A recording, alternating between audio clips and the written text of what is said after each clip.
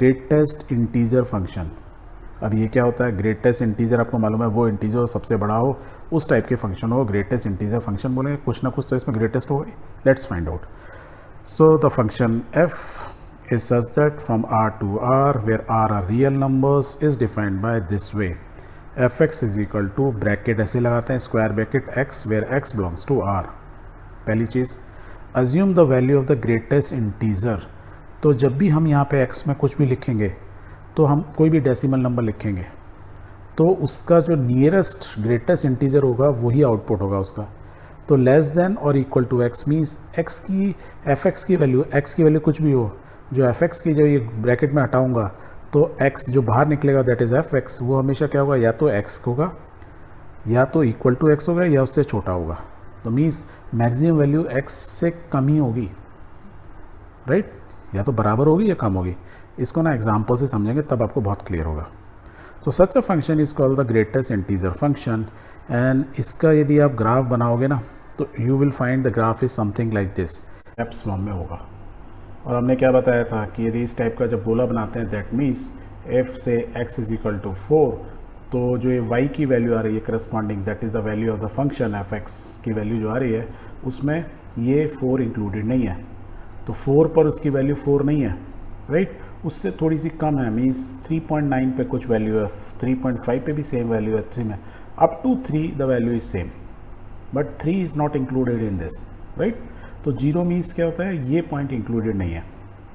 Otherwise the values of y जो function की value दी हुई हैं तो इस स्टेप फॉर्म में होता है।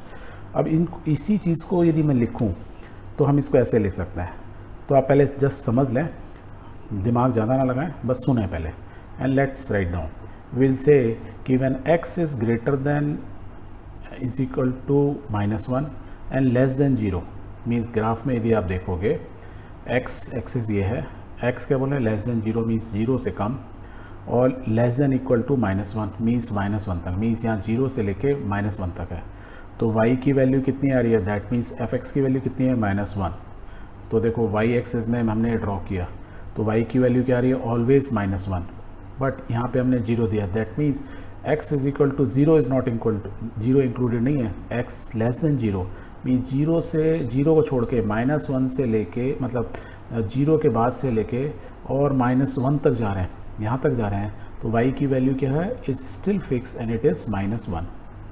सेम वे में सेकंड केस में देखें कि x की वैल्यू कहाँ से ले रहे हैं? -1 को नहीं ले रहे हैं, -1 तो यहाँ ऊपर वाले में ले लिया।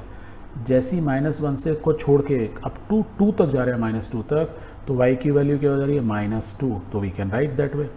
और यदि 0 में लेंगे तो वी कैन से x की वैल्यू, देखो यहाँ दिख ही नहीं रहा है, x की वैल्यू कहाँ से हो रही है? 0 से लेके लेस देन 1 तक जा रही है, तो y की वैल्यू 0 है, यहाँ दिख ही नहीं रही है।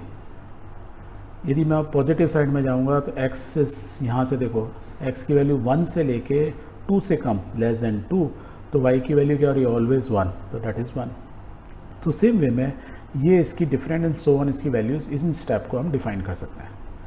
बट यदि मैं आपको ना और अच्छे से समझाऊँ कि आपको रटना ना पड़े, ये तो अभी आप ग्राफ देख के बता पा रहे हो, चलो इसको थोड़ा सा और डिफाइन करते हैं। x is greater than equal to 1 less than 2, तो इसके बीच में x की वैल्यू क्या क्या उससे 1 से लेके लेस देन 2 तक। सो लेट्स टेक 3-4 वैल्यूज़, 1, 1.3, 1.4 ऐसे लेके अप टू 1.9। तो यदि x की वैल्यू 1 होगी, यदि x की वैल्यू 1 होगी तो 1 is an integer and it is x, हमने क्या लिखा है कि ग्रेटेस्ट इंटीजर। तो यदि ये 1 है, 1 इज़ द ग्रेटेस्ट इंटीजर, इससे बड़ा तो कुछ नहीं हो सकता 1 से। यदि x ले रहा हूँ तो वो क्या होगा? इस की जो फंक्शन की वैल्यू होगी आइदर इक्वल टू x और लेस देन दैट, ये जो इंटीजर है उससे उसकी वैल्यू या तो बराबर होगी या उससे कम होगी। तो द ग्रेटेस्ट इंटीजर 1 में बोलूँगा तो 1 ही हो गया, तो आंसर इज़ 1।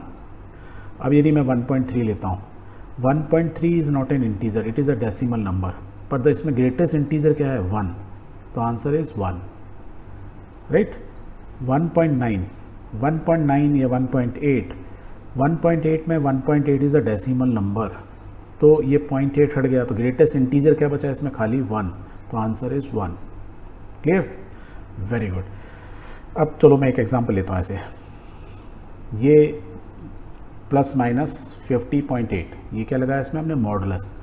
प्लस हो या माइनस हो, आंसर क्या आएगा? Always you will write either is always positive 50.8। Modulus में तो यहाँ क्लियर है, मॉडुलस में हम सिर्फ साइन को हटा देते हैं, प्लस नेगेटिव कुछ भी हो, answer is always positive. But यदि हम ऐसे स्क्वायर ब्रैकेट लगा देंगे तो इसमें ग्रेटेस्ट इंटीजर क्या होगा? एक प्लस 50.8 है, एक माइनस 50.8 है, तो देखो दोनों में आंसर थोड़ा डिफरेंट आएगा। यदि ये प्लस माइनस 50 होता, इसको डेसिमल से कोई फ़र्क नहीं पड़ता है मॉडुलस में, तो आंसर इज़ प्लस 50। बट यदि मैं ब्रैकेट ले लेता 50.8 और हमने क्या हुआ ग्रेटेस्ट इंटीजर, तो इसमें ग्रेटेस्ट इंटीजर क्या है? 50.8 is the decimal number, 50 is the greatest, तो answer is 50। So this is the integral part and this is the decimal part. तो हम द ग्रेटेस्ट इंटीजर लेते हैं, यही तो लिखा है द ग्रेटेस्ट इंटीजर फंक्शन में, तो आंसर इज़ 50। नाउ एक और एग्जांपल लेते हैं, सपोज इज 60.0, तो integer is 60, greatest integer, answer is 60। Suppose it is I will say खाली 60 लिखा है, तो भी आंसर इज 60। नाउ सपोज ये माइनस 50.8 है, तब उस केस में क्या होगा? Answer would be minus 50, minus 49 या माइनस 51। क्या होगा? Minus 50.8 is a decimal number and it is a negative number. ये मॉडुलस तो है नहीं कि अंदर नेगेटिव है तो बाहर नेगेटिव नहीं होगा। पहला चीज़, अंदर नेगेटिव है तो बाहर नेगेटिव ही होगा, अंदर पॉजिटिव है तो बाहर पॉजिटिव ही होगा। ये चीज़ बिल्कुल दिमाग में रखना। Now the important thing is, नाम क्या है इसका? Greatest integer function. Greatest integer function means या तो फंक्शन उसकी बराबर होगा या उससे छोटा होगा। तो देखो 50.8, या तो आंसर 50.8 आना चाहिए, पर हमने कहा खाली इंटीजर, डेसिमल नहीं चाहिए। That means we want minus 50, यहाँ लिखें। पर माइनस 50.8 में से माइनस 50 क्या है? इज़ लेस देन है equal to x? No, it is not less than, it is greater than x हो जाएगा। Minus 50.8 is lesser than minus 50, तो दैट मीन्स हमको तो इससे लेस देन चाहिए ना 50.8 से, तो आंसर क्या होगा? Minus 51, because we want the greatest integer. तो ग्रेटेस्ट इंटीजर इस डेसिमल में इससे पहले का ही नंबर होगा ना, या तो इसके बराबर होगा 50.8, तो यदि 50.8 होना चाहिए था, क्योंकि हम 0.8 नहीं लेते हैं तो उससे लेस लेंगे, इस नंबर से छोटा। तो 50.8 से छोटा क्या होगा? माइनस 51। क्लियर हुआ? बट ऐसी चीज़ें आप सोचोगे कहाँ यूज़ होती हैं? जब आप कंप्यूटर प्रोग्रामिंग करोगे ना 12th के अंदर, पाइथन वगैरह सीखोगे, आप देखोगे इस फंक्शन का बहुत यूज़ होगा, राइट? बहुत सारी प्रॉब्लम सॉल्व करने में काम आता है।